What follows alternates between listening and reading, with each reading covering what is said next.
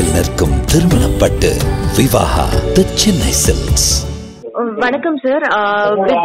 நடிகர் விஜய் இப்போ அரசியல் கட்சி ஆரம்பிச்சிருக்காரு, தமிழக வெற்றி கழகம் சொல்லி. அதுக்கான அபிஷியலான அறிவிப்பும் வந்திருக்கு. இதை பத்தி உங்களுடைய கருத்து என்ன? இல்ல, ஒரு நல்ல சினிமா நடிகர்கள் எல்லாருமே கட்சி ஆரம்பிச்சிருக்காங்க நிறைய. இல்ல நல்ல ஆரோக்கியமான அணுகுமுறை தான் நடிகர் விஜய் எடுத்துக்கூடிய முடிவுங்கிறது ஆரோக்கியமான முடிவு. ஏன்னா அவர் கட்சி ஆரம்பிப்பாரா ஆரம்பிக்க மாட்டாரான்னு நீண்ட காலமா எல்லாருமே பேசிட்டு இருந்ததுதான். இப்ப அவசரமா இப்போ கட்சியை பதிஞ்சிருக்காரு. அது மாநில கட்சியா பதிஞ்சிருக்காரு, அகில இந்திய கட்சி இல்ல. இதுல நாடாளுமன்ற தேர்தலில் போட்டி போடுறது இல்லை அப்படிங்கிற ஒரு விஷயத்த தெளிவு பண்ணியிருக்காரு. யாருக்குமே ஆதரவு இல்லைங்கிறது இதுவே அடிப்படையில தப்பான ஒரு விஷயம்.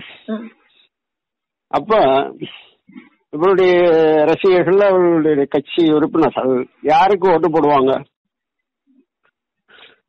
இந்தியாவுடைய அடுத்த பிரதமரை தீர்மானிக்கக்கூடிய ஒரு தேர்தல்ல இவருடைய கட்சியை சார்ந்த வாக்காளர்களுடைய நிலை என்ன அப்படிங்கிற ஒரு கேள்விக்குறி இருக்கு. முதல் இதே சர்க்கிளா தான் இருக்கு அவருடைய அறிக்கையில்.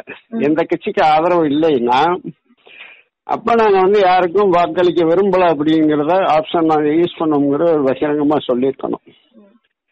ரெண்டாவது இவர் இப்போ இந்த கட்சியை ஏன் அவசரமா பதிஞ்சிருக்காருன்னா காரணம்னு நான் நினைக்கிறது,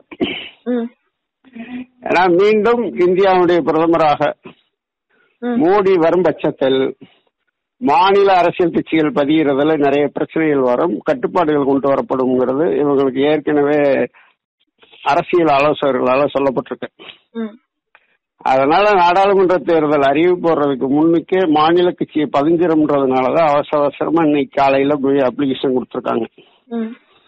சோ இன்னைக்கு இந்தியாவை பாதிக்கக்கூடிய அல்லது இந்தியாவில் சாதாரண அடித்தட்டு மக்களுக்கு பிரச்சனையா இருக்கக்கூடிய பாசிசவாதமான பாஜக கட்சியை எதிர்க்கிறதுல இவர்கிட்ட தெளிவில்லை.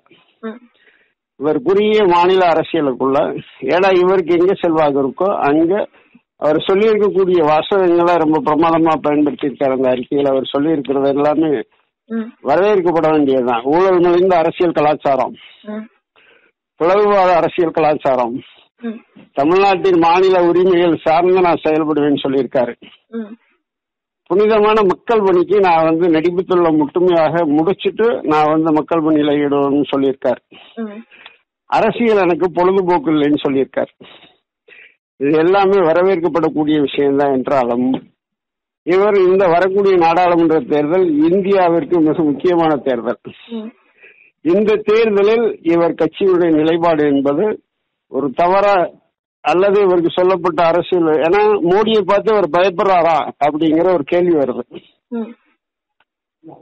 அதனால அதாவது ஒரு புறம் சரியாகவும் இன்னொரு புறம் தவறாகவும் யோசிச்சுட்டு அந்த அறிக்கை வந்திருக்குங்கிறத நான் நினைக்கிறேன். அதே போல இங்க தமிழக வெற்றி கழகம் அப்படின்னு சொல்லி கட்சியினுடைய பேர் அறிவிச்சிருக்காங்க. இங்க தமிழகம் அந்த வார்த்தைங்கிறது ஆல்ரெடி ஆளுநர் RN ரவி பேசினப்போ அது சர்ச்சையாக இருந்தது. தமிழ்நாடுங்கிறது தான் பயன்படுத்திட்டு இருக்கோம் அப்படிங்கிறது. இப்ப கட்சியினுடைய பேரும் தமிழக வெற்றி கழகம் அப்படின்னு வச்சிருக்கிறத நீங்க எப்படி பாக்குறீங்க? இல்ல, இது என்னன்னா தமிழக அரசியல் களத்துல எப்பவுமே ஒரு கட்சியுடைய வெற்றி தோல்விக்கு அடிநாதமாக இருக்கிறது மொழி. அதனால நீங்க தமிழ்நாடுங்கிறது போட்டாக்க நாடுன்னு ஒரு தனியா வந்துருமோங்கிறதுனால இவர் அந்த மொழியை சார்ந்து தமிழக அப்படிங்கிற வார்த்தையை பயன்படுத்தி இருக்காருன்னா யோசிக்க. ரெண்டாவது அந்த பேர் எழுதுவதற்கும் அது ஒரு, ஏன்னா அவங்க நியூமராலஜி இந்த விஷயங்கள்லாம் பார்த்திருப்பாங்க. பார்த்து அதுக்கு தகுந்த மாதிரிதான் இந்த கட்சியுடைய பேரை வடிவமைச்சிருக்காங்க.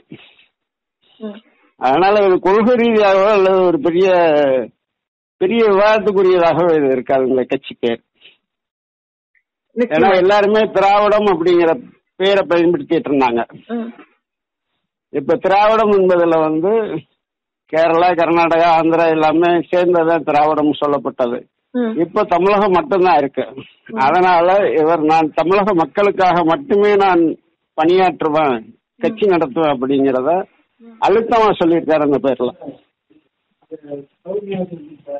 நிச்சயமா வேற என்ன இணைப்புல உங்களுடைய கருத்துக்களை பதிவு செஞ்சதுக்கு நன்றி சார்.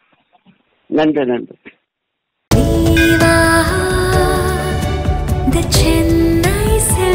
நினைவில் நிற்கும் திருமணப்பட்டு Vivaha, the Chennai Silks.